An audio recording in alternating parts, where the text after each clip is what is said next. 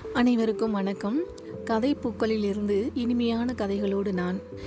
அழகும் ஆளுமையும் ஒருங்கே பெற்ற கிளியோபாட்ராவோட வாழ்க்கை வரலாற்றின் 3வது பாகத்தை தான் நாம் இன்றைக்கி பார்க்க போகிறோம். ஏற்கனவே பார்த்த பாகத்தில் போத்தினஸும் அக்கிலஸும் சேர்ந்து போம்பேயை கொன்னுடுறாங்க. இந்த சம்பவத்தை கேள்விப்பட்ட சீசர் போம்பேக்காக ரொம்ப வருத்தப்படுறாரு. பிறகு போம்பேயை நல்ல முறையில் அடக்கம் செய்யவும் சொல்கிறாரு. அலெக்சாண்ட்ரியாவோட வீதிகளில் தனது படைகளுடன் அணிவகுத்து சென்ற சீசரை எகிப்தியர்கள் எல்லோரும் ஆச்சரியத்தோடு பார்க்குறாங்க. அன்னிச்சையாக கையெடுத்து வணங்கவும் செய்கிறாங்க. அன்றைய உலகத்தில் மிக பெரும் சக்தியாக இருந்தது ரோம் தான். அதோட தலைவர் போம்பேயோட கதையும் முடிஞ்சிருச்சு. இனி சீசர் தான் உலகோட தலைவர் அப்படின்ற எண்ணத்துக்கு அவங்க வந்துடுறாங்க. அந்த பெருமிதம் சீசரோட நடவடிக்கையிலையும் காணப்படுது. கப்பம் எதுவும் ஒழுங்காக வருவதில்லையே, 12ஆம் தலைமை வருடந்தோறும் செலுத்துவதாக ஒப்புக்கொண்ட தொகையை எப்போது கட்டுவீங்க அப்படின்னு சீசர் போத்தினஸ் கிட்ட கேள்வி கேட்குறாரு. போத்தினஸ் லேசுப்பட்டவரா என்ன? அதற்கும் கைவசம் பதில் வச்சுருக்காங்க. மன்னிக்க வேண்டுகிறேன், இந்த விஷயம் குறித்து நானே உங்ககிட்ட பேசணும்னு நினச்சிருந்தேன். அரசர் 12ஆம் தாலமி காலத்தில் அவரே பொறுப்பெடுத்து மக்கள்கிட்ட உரிய வரிகளை வாங்கி தங்களுக்குரிய கப்ப தொகையை செலுத்தி வந்தார். இப்போது நிலைமை அப்படி கிடையாது. யார் எகிப்தோட நிஜமான ஆட்சியாளர் என்பதிலேயே குழப்பங்கள் நிலவுகிறது. அரசியாக நியமிக்கப்பட்டிருக்கும் கிளியோபாட்ரா ரோம் அரசுக்கு எந்த விதத்திலும் கட்டுப்பட்டு நடக்கிறதில்ல. தவிர அரசனாக இருக்கும் 13ஆம் தாலமியையே மதிச்சும் நடக்கிறதில்ல. ஆகவே தாங்கள் இந்த பிரச்சனையில் தலையிட்டு 13ஆம் தாலமியை எகிப்தோட அதிகாரப்பூர்வ அரசராக அறிவிக்கும்படி கேட்டுக்கிறேன். அவர் அரசராக இருக்கிற பட்சத்தில் தங்களுக்கு சேர வேண்டிய கப்பத்தொகை அனைத்தையும் உரிய விதத்தில் முறையாக தங்களை வந்து சேருபடி நான் செஞ்சிருவேன் அப்படின்னு உறுதிமொழியும் போத்தினஸ் கொடுக்குறாங்க. சீசர் அதுக்கெல்லாம் அசர கிடையாது. சிறுவனான தாலமியை அரசாக்குவதில் அவருக்கு தயக்கம் இருந்துச்சு. கிளியோபாட்ராவை விட 13ஆம் தாலமி எந்த விதத்தில் எகிப்தை ஆள்வதற்கு தகுதியானவர், உரிமையுள்ளவர் என்பதை அவரே வந்து என்னிடம் நிரூபிக்கட்டும். அதற்கு பிறகு பார்க்கலாம் என்று போத்தினஸின் வாயை அடைச்சிட்டாரு சீசர். இந்த பக்கம் பெலுசியத்தில் கிளியோபாட்ரா உறக்கம் இல்லாமல் தவிச்சிக்கிட்டு இருக்காங்க. அங்கே அவங்களோட நடவடிக்கையில் கவனிக்கும் விதத்தில் போத்தினஸ் ஏற்பாடு செய்திருந்த ஒற்றர்கள் வேற இருக்காங்க. எனவே எதையுமே ரகசியமாக செய்ய வேண்டியிருந்துச்சு. இப்போ மாவீரர் சீசரை எப்படி சந்திக்கிறது? ஆனால் அவரை அவசியம் சந்திச்சே ஆகணும் அப்படின்னு யோசிக்கிறாங்க. அப்போது இருந்த நிலைமையில் கிளியோபாட்ரா தன் படைகளோட அலெக்சாண்ட்ரியாவுக்கு போகவும் முடியாது. அவங்க கிளம்புறாங்க அப்படின்னாலே போத்தினஸ் கலகம் ஏற்படுத்திடுவார். இதுவரை சீசருக்கும் அவளுக்கும் நேரடி தொடர்பு இருந்தது கிடையாது. ஆக நட்பு ரீதியில் தனியே சென்று சந்திப்பதற்கும் வாய்ப்பில்லை. அப்படி செய்ய நினைத்தால் கூட போத்தினஸை மீறி அலெக்சாண்ட்ரியாவில் ஏதும் செய்ய முடியாது. அவளிடம் படகுகளும் இல்லை. எனவே கடல் வழி பயணமும் சாத்தியப்படவில்லை. நாட்கள் செல்ல செல்ல அவளை சுற்றி ஆபத்துகள் வளர்ந்து கொண்டேதான் வந்தன. இந்த நொடியில் நான் சீசர் முன்னாடி போய் நிற்கணும், ஏதாவது வழிகாட்டு, தனது பிரியத்துக்குரிய கடவுளான ஐசிஸிடம் வேண்டி நிற்கிறா கிளியோபாட்ரா. இது ஒரு புறம் இருக்க, போத்தினஸால் சீசரை பொறுத்துக்கவே முடியல. அலெக்சாண்ட்ரியாவுக்குள்ளே வந்து என்னிடமே உன் அதிகாரத்தை காட்டுறியா? நீ இருப்பது என்னோட இடம், உன் வசம் இருப்பதும் சிறிய படைதான், அதற்கே உனக்கு இவ்வளவு திமிரா? போத்தினஸ் சிலரை ரகசியமாக ஏவி விட்டிருந்தார். அவர்கள் அலெக்சாண்ட்ரியாவின் வீதிகளில் மக்களோடு மக்களாக திரிந்தார்கள். அப்படியே அங்கு உழவும் ரோமானிய வீரர்களிடம் வம்பும் செய்தார்கள். அது மோதலாகவும் மாறியது. இப்படிப்பட்ட சம்பவங்கள் ஆங்காங்கே நடந்தன. நீங்கள் கவலைப்படாதீங்க, ரோமானிய வீரர்கள் எங்கள் மரியாதைக்கு உரியவர்கள். அவர்கள் அனைவருக்கும் எல்லா வேளையும் உணவு கொடுத்து உபசரிப்பது எங்களோட கடமை அப்படின்னு போத்தினஸ் சீசர்கிட்ட வாக்கு கொடுக்குறாங்க. அதே சமயத்தில் வீரர்களை அவமரியாதை செய்யும் விதத்திலையும் மண் வட்டுகளிலையும் மர குவளைகளிலும் உணவு கொடுக்குறாங்க. அதுவும் மட்டமான உணவு. இந்த மாதிரி போத்தினஸ் ரோமானிய வீரர்களிடம் ஒரு மாதிரியாகவும் சீசரிடம் ஒரு மாதிரியாகவும் நடந்து கொள்கிறார். வீரர்கள் முகம் சுளிக்கிறாங்க, கோபமடைகிறாங்க. எகிப்திய மக்கள் வியர்வை சிந்தி சம்பாதிக்கிறார்கள், நீங்கள் சொகுசாக உட்கார்ந்து சாப்பிடுகிறீர்கள், இதில் குறையெல்லாம் கூறக்கூடாது என்று ரோம் வீரர்களின் சுயமரியாதையை வேற சீண்டி பார்க்குறாங்க. ரோமானிய வீரர்களை இவ்வளவு மட்டமாக நடத்துவது சீசரோட காதுகளுக்கு வந்து சேருது. அவர் போத்தினஸை கூப்பிட்டு விசாரிக்கிறாரு.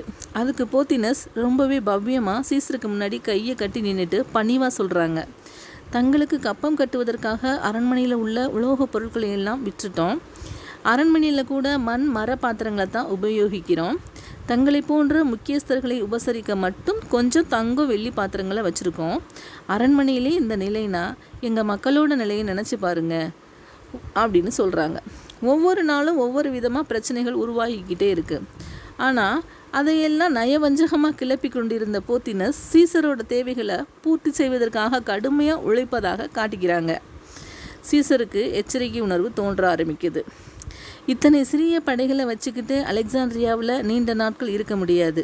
எனவே அருகில் இருக்கும் சிரியாவில் முகாமிட்டிருக்கும் ரோமானிய படைக்கு ரகசிய தூது அனுப்புகிறாரு, அலெக்சாண்ட்ரியாவுக்கு கிளம்பி வரவும் அவசரம் அப்படின்னு. அதே சமயம் சீசருக்கும் கிளியோபாட்ரா கிட்ட இருந்து ரகசியமாக ஒரு தகவல் வந்து சேருது, தங்களை சந்திக்க விரும்புகிறேன், சொந்த விஷயம், அனுமதி தேவை அப்படின்னு.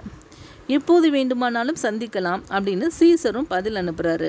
கிளியோபாட்ரா ரொம்பவே கஷ்டப்பட்டு ஒரே ஒரு சிறிய படகை ஏற்பாடு செய்கிறாங்க. அதில் தனக்கு நம்பகமான சில பணியாளர்களை மட்டும் கூட்டிக்கிட்டு பயணம் செய்கிறாங்க. அந்த பணியாளர்களில் அப்போலோடோரஸ் அப்படின்ற ஒருவர் இருக்கார். அவர் கிளியோபாட்ராவோட குறிப்பறிந்து பணி செய்யும் நம்பகமான ஆள், ஆஜானுபாகுவான வீரனும் கூட. அப்போலோடோரஸ் தன்னோட கையில் ஒரு கம்பளத்தை ஏந்தியபடி சீசர் தங்கியிருந்த மாளிகையை அடைகிறாரு. வெளியில் ரோம் வீரர்கள் தான் காவலுக்கு இருக்கிறாங்க, அதனால் பிரச்சனை இல்லை அப்படின்னு நினச்சிக்கிறாரு. அப்போவும் அந்த வீரர்கள் கேட்குறாங்க, என்ன இது அப்படின்னு. அதுக்கு சொல்கிறாரு, எகிப்தோட அரசை அனுப்பியுள்ள பரிசு பொருள் இது, சீசரிடம் ஒப்படைக்க வேண்டும் அப்படின்னு சொல்கிறாரு. காவலர்கள் கொஞ்சம் யோசிக்கிறாங்க, இருந்தாலும் அனுமதியும் கொடுத்துட்றாங்க. சீசர் இருந்த அறையில் கம்பளத்தோடு போய் நின்ற அப்போலோடோரஸ், எகிப்தின் அரசி கிளியோபாட்ரா தங்களிடம் இதை தனியாக ஒப்படைக்க சொன்னார் அப்படின்னு சொல்கிறாரு. ஏற்கனவே கிளியோபாட்ராவிடம் இருந்து செய்தி வந்திருந்ததால் அதில் ஏதோ விஷயம் இருக்குது அப்படின்னு புரிஞ்சுக்கிட்ட சீசர் தன்னோட அறையில் இருந்த பிறரை எல்லாரையும் வெளியில் போக சொல்கிறாரு. அவங்க கொஞ்சம் தயக்கத்தோடு வெளியேறுறாங்க. சீசருக்கு எதுவும் ஆபத்து நேர்ந்துடக்கூடாது அப்படின்ற பயம்தான். கதவு சாத்தப்படுது. பின் அப்போலோடோரஸிடம் இறக்கி வைத்து விட்டு போகலாம் அப்படின்னு சொல்கிறாரு. கம்பளத்தை கவனமாக தரையில் இறக்கிய அப்போலோடோரஸ், தங்களிடம் இதை பிரித்து காண்பிக்கும்படி எனக்கு உத்தரவு அப்படின்னு சொல்கிறாரு. நானே பார்த்து கொள்கிறேன் அப்படின்ற சீசர் தன்னோட உடைவாளை உருவுறாரு. கம்பளத்தின் கட்டை பிரிக்க அப்போலோடோரஸ் பதறாரு. பார்த்து பத்திரமா, விலைமதிப்பில்லாத இந்த கம்பளத்துக்கு எந்தவித சேதாரமும் வந்துவிடக்கூடாது அப்படின்னு சொல்றாரு. கம்பளத்துக்கா அல்லது அதனுள் இருக்கும் பொருளுக்கா என்றபடி கட்டியிருந்த கயிறை வாளால் வெட்டி கம்பளத்தின் ஒரு முனையை பிடித்து மேல் நோக்கி இழுத்தார். உருண்டு விரிந்த கம்பளத்துக்குள் இருந்து வெளிப்பட்டால் கிளியோபாட்ரா. எல்லா புகழும் பெருமையும் கிளியோபாட்ராவுக்கே. சர்வ வல்லமை கொண்ட கடவுள் ஐசிஸின் மகளுக்கு வணக்கங்கள். ஹோரஸ் கடவுள்களின் வழிவந்த எகிப்து ராஜ்யத்தின் தன்னிகரற்ற அரசி வாழ்க அப்படின்னு அப்போலோடோரஸ் கிளியோபாட்ராவை வாழ்த்தி பணிந்து நிற்கிறான். சீசரோட விழிகள் ஆச்சரியத்தால் விரியுது. குப்புற கிடந்த கிளியோபாட்ரா மெல்ல புரண்டு படுக்கிறா. மென்மையாக தன் கைகளை தரையில் ஊன்றி மெதுவாக எழுந்து உட்கார்றா. இடுப்பில் சின்னதாக வலி, சின்னதாக முகம் சுருக்கி கையால் நீவிக்கிறா. நீள்வட்ட முகம், நீல கண்கள், வளமான புருவம், வளைவில் மிளிரும் நாசி, வில் வடிவ மேலுதடு, விளைந்த கனியாக கன்னங்கள், இளமை மிதக்கும் பார்வை, செதுக்கிய கரங்கள், சிற்றிடை வளைவுகள், செழுமை கொண்ட அங்கங்கள், மினுமினுக்கும் சருமம், மிதமிஞ்சிய அழகு. இவ்வளவு அழகானவளா இவள்? பல காலமாக போர், அரசியல், சூழ்ச்சி, வஞ்சகம், வன்முறை என்றே தொடர்ந்து சிந்தித்து கொண்டிருந்த ஜூலியஸ் சீசரின் 52 வயது மனம் அந்த நொடியில் இளமைக்கு திரும்பியது. கை கொடுக்க மாட்டீர்களா? அந்த 21 வயது இனிமையான குரல் கேட்டு சீசர் இயல்பு நிலைக்கு திரும்புகிறார். கிளியோபாட்ரா தன் கரம் ஒன்றை நீட்டி கொண்டிருந்தாள். சட்டென தன் கை கொடுத்து தூக்கி நிறுத்தினார். அந்த முதல் ஸ்பரிசத்தில் அவருக்குள் பதிய ஆரம்பித்திருந்த முதுமையின் சுவடுகள் காணாமல் போயிருந்தன. காதலனாகி இருந்தார். அதற்கு மேல் தனக்கு அங்கே வேலை இல்லை என்று உணர்ந்த அப்போலோடோரஸ் கிளியோபாட்ராவிடம் அனுமதி வாங்கி கொண்டு கிளம்பி போயிடுறாரு. எகிப்தின் அரசியை என் மாளிகைக்கு வரவேற்கிறேன், சீசர் புன்னகையுடன் சொல்றாரு. இது என் ராஜ்யம், என் மாளிகை, நீங்கள் என் விருந்தினர் என்பதை நினைவுபடுத்த விரும்புகிறேன் சீசர் அப்படின்னு கிளியோபாட்ரா சொல்றாங்க. கிளியோபாட்ராவோட அந்த பதிலில் இருந்த துணிச்சலை கண்டு புருவம் உயர்த்துறாரு சீசர். அரண்மனையில் உனது மாளிகையை தயார் செய்ய சொல்லவா அப்படின்னு கேட்குறாரு. கிளியோபாட்ரா சொல்கிறாங்க, அதற்காக என் பணியாளை அப்போதே அனுப்பிவிட்டேன். இதெல்லாம் இந்நேரம் முடிந்திருக்கும். அலெக்சாண்ட்ரியாவில் எங்கெங்கே கதவுகள் இருக்கின்றன என்பது உங்களுக்கு தெரியாது சீசர் அப்படின்னு சொல்கிறாங்க. அவளது துடுக்கான பேச்சு சீசரை வாயடைக்க செய்கிறது.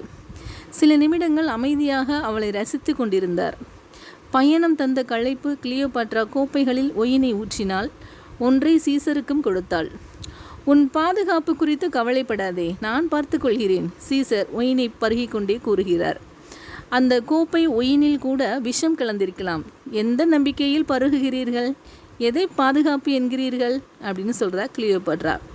உன் கோரிக்கை தான் என்ன அப்படின்னு கேட்குறாரு சீசர். எகிப்தை ஆளும் அதிகாரம் முழுவதையும் நான் எடுத்துக்கொள்கிறேன். என்னை எகிப்தின் அரசி ஆக்கிவிடுங்கள். இது கோரிக்கை அல்ல, நீங்கள் எனக்கு செய்ய வேண்டிய கடமை.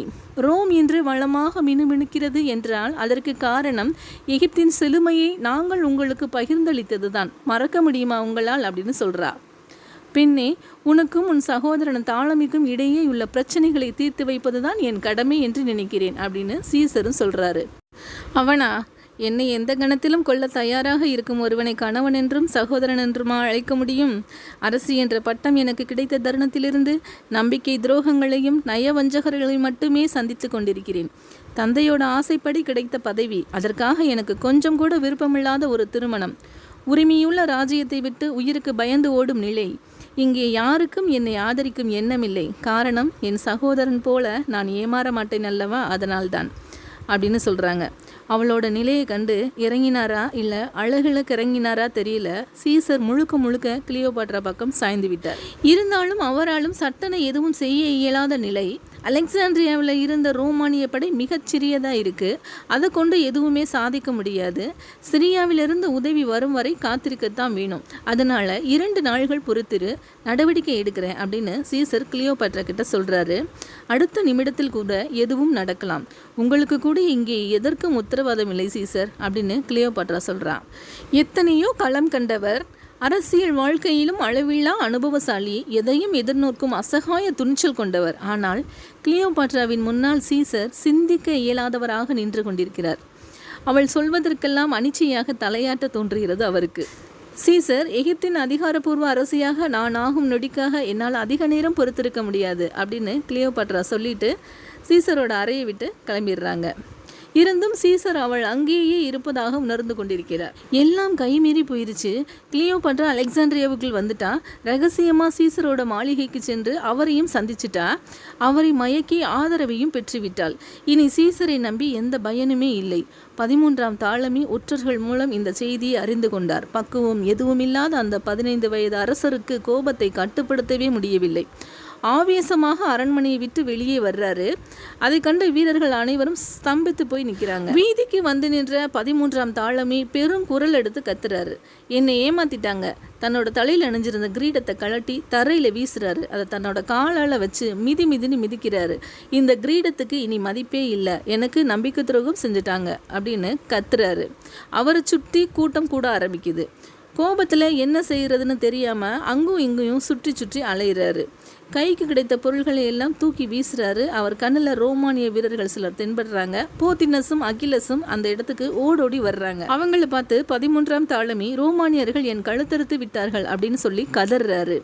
கொஞ்சம் பொறுமையாக இருங்க, என்ன நடந்தது அப்படின்னு எல்லாருக்கும் புரிகிறபடி சொல்லுங்க அரசே. அனைத்தையும் அறிந்திருந்த போத்தினஸ் இன்னும் கொஞ்சம் தூண்டி விடுறாரு. அந்த மாய்மாலக்காரி கிளியோபாட்ரா தன்னை சீசரிடம் கொடுத்துவிட்டு அவரை மயக்கி அதிகாரங்களை எல்லாம் அபகரிச்சுக்கிட்டான். இந்த அலெக்சாண்ட்ரியாவை உருவாக்கிய தாளமியின் வம்சத்தில் வந்த 13ஆம் தாளமியான நான் என்ன பைத்தியக்காரனா அப்படின்னு கேட்குறாரு. கூட்டத்தில் சலசலப்பு. கிளியோபாட்ரா கொடுத்தது தன்னை மட்டுமல்ல, இந்த எகிப்தையே அந்த சீசரிடம் தூக்கி கொடுத்து விட்டாள் அப்படின்னு சொல்கிறாங்க. சலசலப்பு வளர்ந்து ரோமானியர்களுக்கு எதிராக கலவரத்தை தூண்டும் குரல்களாக உருமாறின. சிலர் விஷயம் அறிந்து கலந்து கொண்டார்கள். புதிதாக கூட்டத்தில் சேர்ந்த சிலர் அரசருக்கு ஏதோ பிரச்சனை என்பதை மட்டும் அறிந்து விஷயம் புரியாமலேயே ரோமானியர்களை தாக்க ஆரம்பிக்கிறாங்க. நிலைமை மோசமாகிக்கிட்டே போகிறது. இத்தனைக்கும் 13ஆம் தாளமி வசம் அப்போது சிறு படை மட்டுமே இருக்குது. அவர்களது படையானது பெலுசியத்தில் காத்து கொண்டிருந்தது. விஷயம் அறிந்த சீசர் கொஞ்சம் கூட பதட்டம் அடையல. தாக்குதலில் ஈடுபடுவது ஏதுமறியாத மக்கள் கூட்டம்தான். அவர்களுக்கு எதிராக எந்த தாக்குதலும் நடத்தக்கூடாது என்று தன் வீரர்களுக்கு உத்தரவிடுறாரு. 13ஆம் தாளமியை மட்டும் சிறை பிடிச்சிட்டு வர சொல்கிறாரு. எத்தனையோ போர்க்களங்களில் எவ்வளவோ எதிரிகளோடு மோதிய அனுபவம் கொண்ட ரோமானிய வீரர்களுக்கு அது சுலபமான வேலைதான். தாளமியை குறிவைத்தார்கள். கலவர கூட்டத்தில் மக்கள் எதிர்பாராத நேரத்தில் வேகத்தில் உள்ளே புகுந்தார்கள். சட்டென தூக்கினார்கள். என்ன நடக்கிறது என்று கலவரக்காரர்கள் உணர்ந்து கொள்ளும் முன்பாகவே அங்கிருந்து மறைந்து விட்டார்கள். தன் மாளிகையில் அந்த உயரமான மாடத்தில் சீசர் வந்து நிற்கிறாரு. வெளியே ஏகப்பட்ட மக்கள் கூடியிருக்காங்க. சீசருக்கு எதிராக கூச்சலிட்டு கொண்டிருக்காங்க. சீசரை கண்டதும் சத்தம் அதிகரிக்குது. சீசர் அவர்களை கொஞ்சம் அமைதியாக இருக்கும்படி சைகை காட்டுறாரு. என் அன்புக்குரிய அலெக்சாண்ட்ரியா மக்களே, நான் உங்களிடம் கொஞ்சம் பேச விரும்புகிறேன். கூச்சல் குறைய ஆரம்பிக்கிறது. மறைந்த உங்கள் அரசர் மரியாதைக்குரிய 12ஆம் தாளமியின் நண்பன் நான். அவரது பிரதிநிதியாகத்தான் உங்கள் முன்னே நிற்கிறேன். 13ஆம் தாலமிக்கோ அல்லது கிளியோபாட்ராவிற்கோ எகிப்தை ஆளும் உரிமையை தூக்கி கொடுத்துவிடும் அதிகாரம் எனக்கு இல்லை. பதவிக்காக நடக்கும் இந்த உரிமை போரில் எகிப்து மக்களோட நலனுக்கு பாதிப்பு வந்துடக்கூடாது என்பது மட்டும் என்னோட ஒரே கவலை. இரு தரப்பினரும் ஏற்றுக்கொள்ளும் வகையில் ஏதாவது தீர்வு கிடைத்தால் நானும் மகிழ்ச்சி அடைவேன்.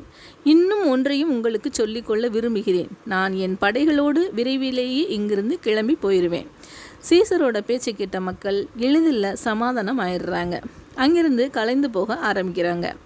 அரண்மனை கைதியாக சீசரோட கட்டுப்பாட்டில் இருக்காரு 13ஆம் தாலமி. மறுநாள் அலெக்சாண்ட்ரியாவில் அவை கூடுது.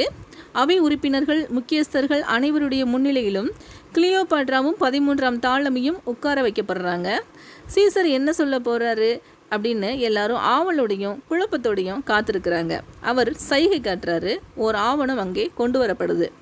அது 12ஆம் தாலமி ரோம் செனட்டுக்கு அனுப்பிய இறுதி கடிதம். தனக்கு பின் எகிப்தை யார் ஆள வேண்டும் என்று எழுதி வைத்த சாசனம். அதன் நகலை ரோமில் ஏற்கனவே சீசர் படிச்சிருக்காரு. அசல் அலெக்சாண்ட்ரியாவில் தான் பாதுகாப்பாக வைக்கப்பட்டிருந்துச்சு. அதுதான் அப்போது அவைக்கு கொண்டு வந்து வாசிக்கப்பட்டது. கிளியோபாட்ராவும் 13ஆம் தாலமியும் திருமணம் செய்து கொள்ள வேண்டும். அதன் பின்னரே அவர்களுக்கு எகிப்தை சேர்ந்து ஆளும் அதிகாரம் வழங்கப்பட வேண்டும். எகிப்தின் நலம் விரும்பும் ரோமின் அரசாங்க பிரதிநிதி இங்கே அரசருக்கும் அரசிக்கும் பாதுகாவலனாக செயல்படுவார் அப்படின்னு அதில் எழுதியிருக்கு. பலரோட முகத்தில் தெளிவு உண்டாகுது. அதற்கு பிறகு சீசர் புன்னகையோட அழுத்தமாக தன்னோட அறிவிப்பை வெளியிடுறாரு. அரசி கிளியோபாட்ரா எகிப்தை ஆளும் அதிகாரத்தை தன் சகோதரன் தாலமியுடன் பகிர்ந்து கொண்டு செயல்படுவார். நான் ரோம் அரசின் பிரதிநிதியாக எகிப்து அரசர் அரசி இருவருடைய பாதுகாவலனாக நலம் விரும்பியாக என்றும் இருப்பேன். அது என் கடமை அப்படின்னு சீசர் சொல்கிறாரு. கிளியோபாட்ராவும் 13ஆம் தாலமியும் எகிப்தை எடுத்துக்கொண்டால் அவர்களது உடன் பிறப்புகளான 14ஆம் தாலமியும் அர்சினோவும் என்ன செய்வார்கள்? அவர்களுக்காகவும் சீசர் ஒரு அறிவிப்பை சொல்கிறாரு. ரோம் அரசின் கட்டுப்பாட்டில் உள்ள சைப்ரஸ் தீவை 14ஆம் தாலமிக்கும் இளவரசி அர்சினோவுக்கும் பரிசாக அளிக்க ஆவணம் செய்கிறேன் அப்படின்னு. அவையில் கூடியிருந்த அனைவருக்கும் திருப்தியாகவே இருந்தது. 13ஆம் தாலமியோட முகம் மட்டும் செத்து போயிருந்தது. கிளியோபாட்ராவுக்கும் ஏமாற்றம்தான் இருந்தாலும் மீண்டும் அரசியாக அங்கீகரிக்கப்பட்ட சந்தோஷம் அவளுக்கு இருந்தது. தன் பொறுமையை முற்றிலும் இழந்திருந்த போத்தினஸ் யாரும் அறியாத வண்ணம் அவையிலிருந்து வெளியேறிடுறாங்க. அதே சமயத்தில் சீசர் சில கொண்டாட்டங்களுக்கான ஏற்பாடுகளை செய்ய சொல்லியிருக்காரு. 13ஆம் தாலமியும் கிளியோபாட்ராவும் மீண்டும் அரசர் அரசியாக ஆக்கப்பட்டதை பறைசாற்றும் விழா தான் அது. மக்கள் நடந்த கலைபரங்களை எல்லாம் மறந்து மீண்டும் அமைதி காப்பதற்காக ஏகப்பட்ட கேளிக்கை நிகழ்ச்சிகளுக்கு அலெக்சாண்ட்ரியா தயாராகி கொண்டிருந்தது. போத்தினஸ் தன் ஆதரவாளர்களோடு சேர்ந்து ரகசிய கூட்டம் ஒன்று கூட்டுறாங்க. அங்கே பேசவும் செய்கிறாங்க. அவையில் சீசர் பேசினது எல்லாமே பொய். அரசர் தாலமியை ஒழிச்சு கட்டிட்டு கிளியோபாட்ராவோட கையில் எகிப்தை கொடுப்பதே அவரோட ரகசிய திட்டம். இந்த ராஜ்யத்தை ஆளும் அதிகாரம் போயும் ஒரு பெண்ணோட கையிலையா போகணும்? மதிப்பிற்குரிய அரசன் 12ஆம் தாலமியின் வாரிசான மரியாதைக்குரிய 13ஆம் தாலமியை தனி அரசாக்குவதே என்னுடைய லட்சியம் அப்படின்னு கூறுறாரு. அதற்காக நாம சீசரோட யுத்தம் ஒன்றையும் நடத்த வேண்டியிருக்கும். சீசரை இங்கிருந்து விரட்டினால்தான் நாம வெல்ல முடியும். உங்களோட முழு ஒத்துழைப்பு இருந்தால் தான் எல்லாமே கைகூடும் அப்படின்னு போத்தினஸ் பேசுகிறாங்க. போத்தினோஸோட ஆதரவாளர்கள் அவரோட கைகோர்த்து தயாராகிறாங்க. பின் அவர் அகிலஸோட தனியாக ஆலோசனை ஒன்றையும் நடத்துகிறாரு.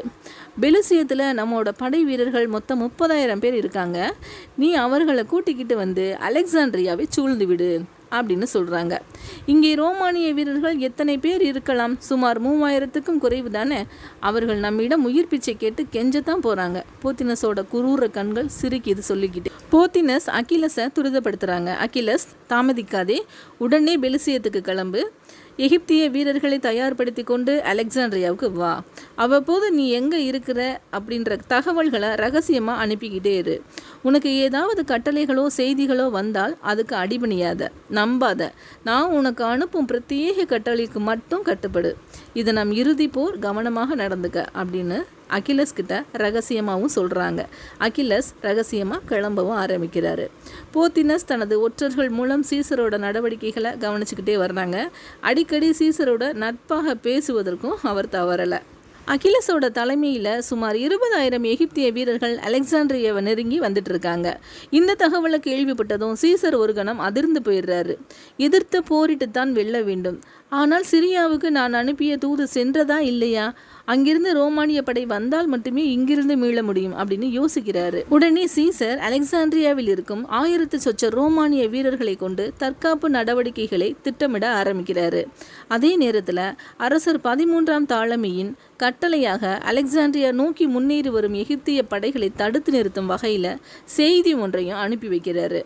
அதை கொண்டு சென்ற 2 தூதுவர்களை பார்த்து அடையாளம் கண்டுகொண்ட அகிலஸ் மேற்கொண்டு என்ன ஏதுவென்றே கேட்கல.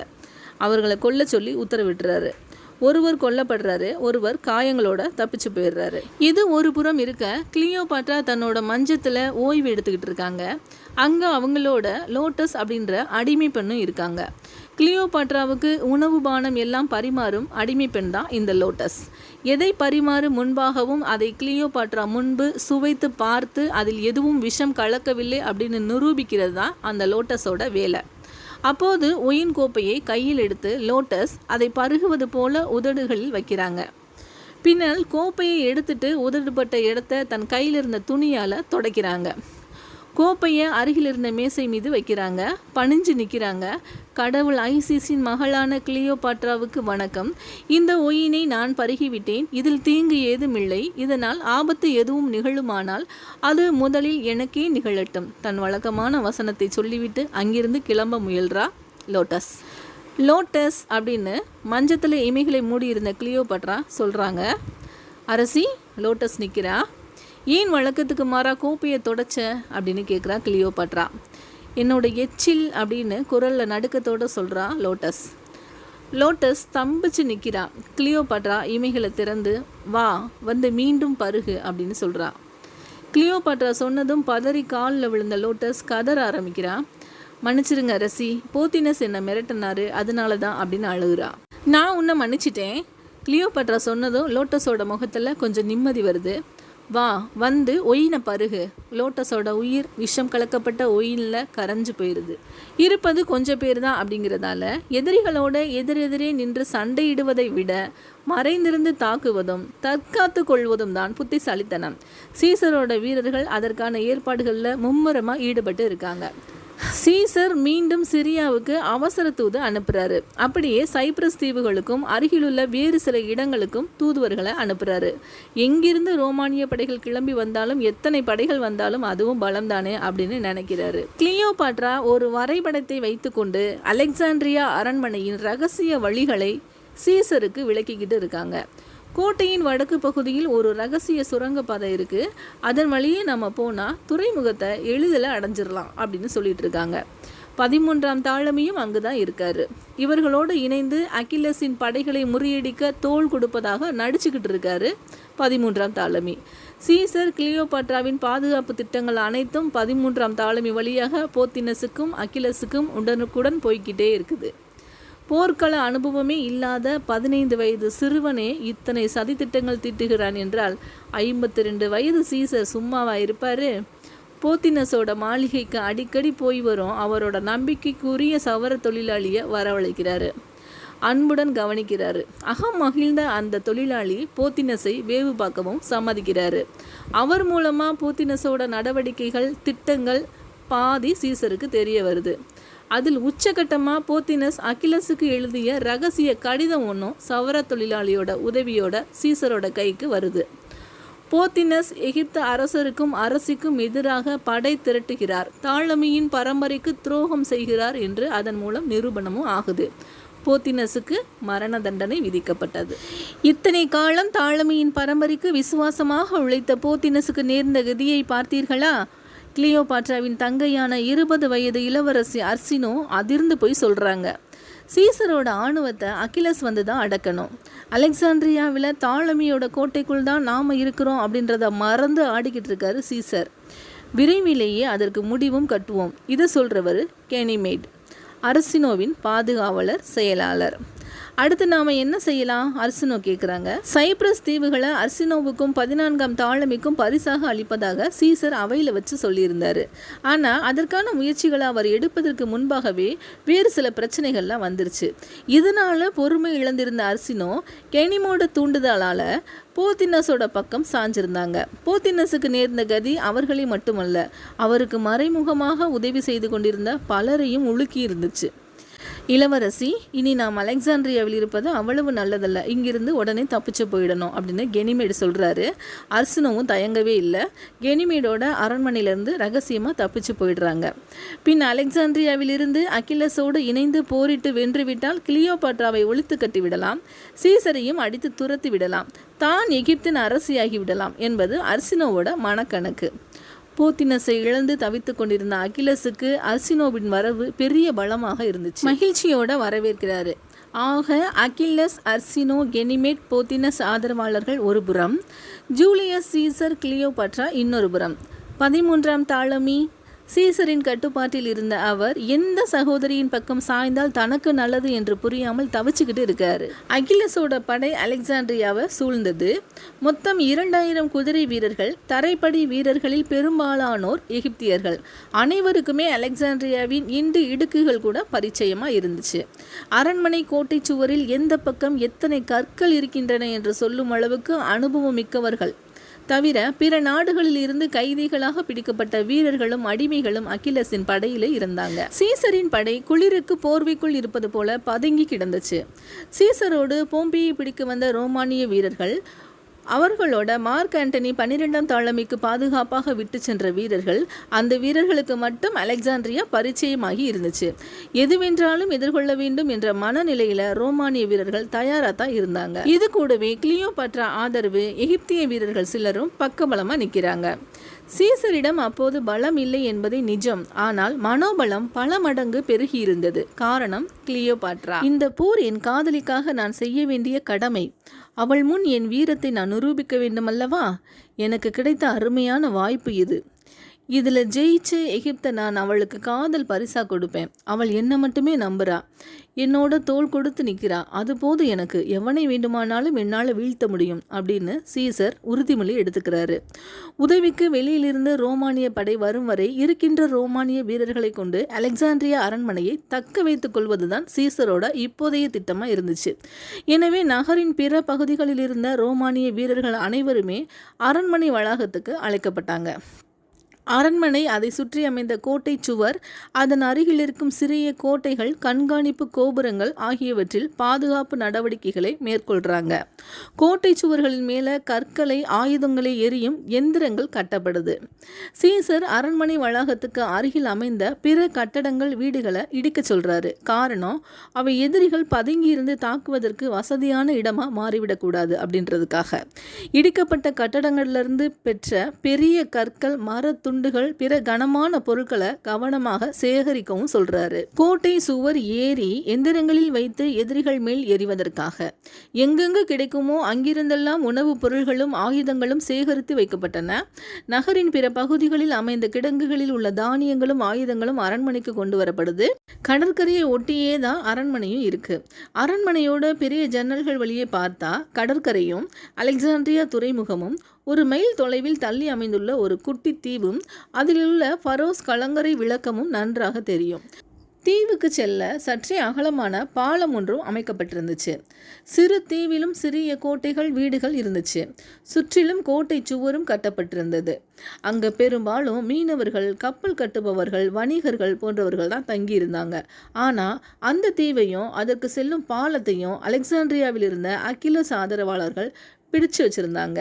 கரையிலிருந்து பாலத்துக்கு வலப்புறம் தான் துறைமுகத்தோட பெரும்பகுதி அமைந்திருந்துச்சு. அதில் எகிப்திய கப்பல்கள், ஆயுதம் தாங்கிய கப்பல்கள் எல்லாம் நின்றுக்கிட்டு இருந்துச்சு. அகிலஸ் வீரர்கள் வந்து அந்த பாலத்தையும் தீவையும் ஆக்கிரமிச்சுக்கிட்டாங்க அப்படின்னா கிட்டத்தட்ட முழு துறைமுகமும் அவர் வசம் போயிடும். தவிர அந்த கப்பல்கள் கூடுதல் பலமாகவும் அமைந்துவிடும். அரண்மனையை அவர்கள் முழுதாக சுற்றி வளைப்பதற்கு ஏதுவாக அது அமைந்து விடும். அதை மட்டும் தடுக்காவிட்டால் அரண்மனைக்குள் உணவோ தண்ணீரோ கொண்டு வருவதற்கான அனைத்து வழிகளும் அடைக்கப்பட்டுவிடும். சீசரும் கிளியோபாட்ராவும் அரண்மனைக்குள் இருந்து ஜன்னல் வழியாக துறைமுகத்தை பார்த்தபடியே திட்டம் ஒன்றையும் போடுறாங்க. ரோமானிய வீரர்கள் அடங்கிய குழு ஒன்று சிறு படகுகளில் போகிறாங்க. துறைமுகத்தில் நின்றிருந்த அனைத்து எகிப்திய கப்பல்களுக்கும் தீ வைக்கிறாங்க. அப்படியே அந்த தீவுக்கும் போகிறாங்க. அதிரடியாக கோட்டைக்குள்ளே புகுந்துடுறாங்க. அங்கே இருந்த சொற்ப எகிப்திய வீரர்களை விரட்டி அடிக்கிறாங்க. தீவை தன் வசமாக ஆக்கிக்கிட்டாங்க. அனைத்தும் திட்டமிட்டபடியே வெற்றிகரமாக நடந்தன. ஜன்னல் வழியே எல்லாவற்றையும் பார்த்து கொண்டிருந்த கிளியோபாட்ரா ஆர்ப்பரித்தபடி சீசரை அணைத்து கொண்டாள். ஆனால் அணைக்கவே முடியாதபடி கப்பல்கள் பற்றி எரிந்து கொண்டிருந்தன. அந்த சமயத்தில் பலமாக வீசிய காற்று சில கப்பல்களை அப்படியே கரையை நோக்கி தள்ளி கொண்டு வந்துச்சு. துறைமுகத்தில் தளத்தில் மோதி உடைந்த கப்பலிருந்து நெருப்பு துண்டுகள் பறக்க ஆரம்பிச்சது. கரைக்கு அருகில் இருந்த கட்டடங்கள்லையும் நெருப்பு பரவுது. கட்டுப்படுத்தவே முடியல. அலெக்சாண்ட்ரியாவின் பழமை வாய்ந்த நூலகத்தில் ஒரு பெரும் பகுதியும் மிக அரிய பல புத்தகங்களும் அதில் எரிந்து சாம்பலாயின. ஈடு செய்யவே முடியாத பேரிழப்பு. கிளியோபாட்ராவின் கண்களில் கட்டுப்படுத்த முடியாமல் கண்ணீர் பெருகிக்கிட்டே இருந்தது. அவளை எப்படி தேற்றுவது அப்படின்னு புரியாமல் சீசரும் தவிச்சுக்கிட்டு இருக்காரு. இந்த மாதிரியான சூழ்நிலையில் கெனிமேடுக்கும் அகிலஸுக்கும் இடையில சின்ன சின்னதாக பிரச்சனை மூண்டுக்கிட்டே இருக்குது. யார் பெரியவன் அப்படிங்கிற யுத்தம் தான் அது. அகிலஸோட தலைமையில் பாதி பேரும், கெனிமேட் இளவரசி அர்சினோ தலைமையில் மீதி பேரும் பிரிந்து நிற்கிறாங்க. அலெக்சாண்ட்ரியாவுக்குள் படைகளோடு நுழைந்த அர்சினோ எகிப்திய கப்பல்கள் எரிக்கப்பட்ட விஷயத்தை கேள்விப்பட்டு அதிர்ந்து போய் நிற்கிறா. கோபத்தில் குதிக்கவும் ஆரம்பிக்கிறா. இதுதான் சமயம் அப்படின்னு கெனிமேடும் அவளை தூண்டி விடுறாரு. இந்த அகிலஸ் தான் தாமதப்படுத்திட்டான். நாம் இன்னும் கொஞ்சம் விரைவாக செயல்பட்டிருந்தா எப்போதோ அலெக்சாண்ட்ரியா துறைமுகத்தை கைப்பற்றி இருக்கலாம். பெருத்த நஷ்டம் எல்லாவற்றுக்கும் காரணமே அகிலஸ் தான் அப்படின்னு தூண்டி விடுறாரு. அர்சினோ கொஞ்சம் கூட யோசிக்கவே இல்லை. தன்னோட ஆதரவு வீரர்களுக்கு சைகை காட்டுறா. அகிலஸை தனியாக சுற்றி வளைச்சு கொன்னுடுறாங்க அவங்க. அதன் பிறகு படைகளை வழிநடத்தும் தலைமை தளபதி பொறுப்பை கெனிமேட் ஏற்றுக்கிறாரு. அது அகிலஸ் படை வீரர்களிடையே கொஞ்சம் சலசலப்பை ஏற்படுத்துது. இருந்தாலும் கெனிமேட் ஒரு சர்வாதிகாரி போல நடக்க ஆரம்பிக்கிறாரு. எகிப்திய வீரர்கள் அலெக்சாண்ட்ரியாவின் ஒவ்வொரு இடங்களையும் கைப்பற்ற ஆரம்பிக்கிறாங்க. அரண்மனையை சுற்றி நின்று தாக்குதல் நடத்துவதற்காக வியூகங்களையும் அமைக்கிறாங்க. ஆங்காங்கே தற்காலிக இரும்பு பட்டறைகளையும் போடுறாங்க. அதில் வாள், கேடயம், ஈட்டி, அம்பு போன்ற ஆயுதங்களையும் வேக வேகமாக தயாரிக்கிறாங்க. பெரிய சக்கரங்கள் பொருத்தப்பட்ட கண்காணிப்பு கோபுரங்களும் கட்டப்படுது. நகர்த்தி செல்லும்படியான அந்த கோபுரங்களுக்குள்ள 10-15 வீரர்கள் இருந்து கொண்டு எதிரிகள் மீது தாக்குதல் நடத்தலாம். இவை போக கோட்டை சுவரை உடைத்து கொண்டு உள்ளே செல்லும்படியான ராட்சச இடிப்பான்கள் அவசரமாக கட்டப்படுது. கெனிமேடு அங்கே தனக்கு தெரிந்த செல்வந்தர்களிடமெல்லாம் பேசி இயன்ற அளவு நிதி திரட்டுகிறாரு. இது எகிப்தோட சுதந்திரத்திற்கு ஏற்பட்டுள்ள பேராபத்து. சீசரிடம் அலெக்சாண்ட்ரியா வீழ்ந்துவிட்டால் நாம் தாய்மண்ணான எகிப்தையே இழந்து விடுவோம். இந்த சமயத்தில் ஒன்று கூடி போராட வேண்டியது எகிப்தியர்களோட கடமை. அந்நியர்களை விரட்டி எகிப்தை காப்போம் என்று பிரச்சாரமும் செய்கிறாரு கெனிமேடு. மக்களிடமும் நீதி உணவுப் பொருட்களை திரட்டுறாரு. அரண்மனைக்குள்ளே உணவுப் பொருட்கள் கொண்டு செல்லும் பாதைகள் அனைத்தையும் கைப்பற்றுங்க அப்படின்னு கெனிமேட் கட்டளை போடுறாரு. பசியால் துடிதுடித்து ரோமானியர்கள் சரணடைந்து விடுவார்கள் அப்படிங்கிறது அவரோட நம்பிக்கை. ஆனால் ஏராளமான உணவுப் பொருட்களையும் மிதமிஞ்சிய சோளத்தையும் சீசர் சேகரித்து வச்சிருக்காரு. எனவே பாதிப்பு எதுவும் இல்லை. அதை தெரிஞ்சுக்கிட்ட கெனிமேட் அடுத்த கட்டளையை போடுறாரு. அரண்மனைக்குள்ளே நீர் செல்லும் பாதையை அடைச்சிருங்க அப்படின்னு. அலெக்சாண்ட்ரியாவின் அரண்மனைக்குள் நைல் நதியில் இருந்து நேரடியாக நீர் செல்வது போன்ற வசதி செய்யப்பட்டிருந்துச்சு. பாதாளம் வழியே செல்லும் கால்வாய்கள், ராட்சச நீரேற்றங்கள், நீரோடைகள் என்று விதவிதமான அமைப்புகள் ஒவ்வொன்றையும் அடைப்பது சுலபம். இதனால கெனிமேட் என்ன சொல்றாருன்னா, அரண்மனைக்குள் செல்லும் நல்ல நீரோடு கடல் நீரை கலக்கும் விதமாக கால்வாய் ஒன்றையும் வெட்ட சொல்றாரு. அது மாதிரியே கால்வாயும் வெட்டப்பட்டது. கடல் நீரும் கலக்க வைக்கப்பட்டது. அரண்மனைக்குள் உள்ளவர்களுக்கு முதல்ல எந்த வித்தியாசமே தெரியல. பின் நீரோட சுவையில் ஏதோ மாற்றம் இருப்பதை உணர்றாங்க. போக போக நீரை சுத்தமாக உபயோகிக்கவே முடியல. இந்த கட்டத்தில் ரோமானிய வீரர்களின் நம்பிக்கை முற்றிலும் சிதைக்கப்படுது. இனிமே தாங்காது, துறைமுகம் நம்மளோட கட்டுப்பாட்டில் தான் இருக்குது, கப்பலில் ஏறி அப்படியே கிளம்பிடுவோம். இந்த சூழலில் அலெக்சாண்ட்ரியா நமக்கு தேவையே இல்லை அப்படின்னு முடிவுக்கு வராங்க. ஆனால் சீசரோட ஒரே தேவையாக இருந்தது கிளியோபாட்ரா தான். அவர் தன்னோட வீரர்களின் புலம்பலுக்காக வருத்தமே படலை. வீரர்கள் மற்றும் அரண்மனை பணியாளர்கள் எல்லோரும் இணைந்த சிறு சிறு குழுக்களை அமைக்கிறாரு. ஒவ்வொரு குழுவுக்கும் ஒரு தலைவரையும் போடுறாரு. அரண்மனை வளாகத்தில் ஆங்காங்கே கிணறுகளை வெட்ட சொல்கிறாரு. வேலைகள் ஆரம்பமாகுது. ஓரளவு ஆழத்திலேயே நல்ல நீரும் கிடைக்க ஆரம்பிக்குது. இந்த சமயத்தில் சீசருக்கு ஒரு தகவல் வருது. கடலில் வட திசையில் ரோமானிய படை ஒன்று பாய்மர கப்பலில் காத்துட்ருக்கு அப்படின்ற செய்தி தான் அது. ஆனால் பாய்மர கப்பல் பழுதடைந்திருக்கு. காற்றும் பலமாக இருந்ததால் சீசருக்கு உதவ அந்த ரோமானிய வீரர்களால் கரையை அடைய முடியலை. நடுக்கடலில் நீர், உணவு இல்லாமல் தவிக்கும் நிலைமையில் வேற அவங்க இருக்காங்க. எனவே சிறு படகு ஒன்றில் இருவர் மட்டும் வந்து செய்தி சொன்னாங்க. அந்த பாய்மர கப்பலில் ஆயுதங்கள், வெடிபொருள்களோடு வீரர்களும் இருந்தாங்க. சிறிய அளவு தான் அப்படின்னாலும் இப்போதைக்கு அது கிடைத்தாலே பெரிய பலம். சீசரே கடல்ல இறங்குறாரு. எதிரிகள் கண்ணில் பட்டுவிட்டால் ஆபத்து தான். இருந்தாலும் அலெக்சாண்ட்ரியாவின் கடற்கரை அமைப்பு அதற்கு அவருக்கு உதவி செய்து. கரையில் இருந்து பார்த்தா நிலமட்டத்தை விட கடல் அதிக உயரமாக தெரியும். கரையில் இருந்து கிளம்புற படகுகள் கொஞ்ச தூரத்திற்கெல்லாம் கண் பார்வையிலிருந்து மறைந்தும் போயிடும். அந்த நம்பிக்கையில தான் சீசர் தன்னோட வசம் இருந்த படகுல ஏறி இருக்காரு. கூடவே சில படகுகளும் அவரை பின்தொடருது. கிளியோபாட்ராவுக்கு உணவு, ஒயின் எதுவுமே இறங்கலை. சீசர் பாதுகாப்பாக திரும்பி வருவாரா அப்படின்ற கவலை மட்டும்தான் அவளோட மனதை ஆக்கிரமிச்சுக்கிட்டு இருந்துச்சு. அரண்மனையில் ஜன்னலில் நின்றபடியே கடலை நோக்கி பார்த்துக்கிட்டே இருக்கா. கவலையோடு காத்துக்கிட்டு இருக்க கிளியோபாட்ராவை கடலை நோக்கி பயணம் செய்த சீசர் மீண்டும் வந்து பார்த்தாரா? அதன் பிறகு அங்கே என்னதான் நடந்தது? நாம் இதை அடுத்த பாகத்தில் பார்க்கலாம். நன்றி.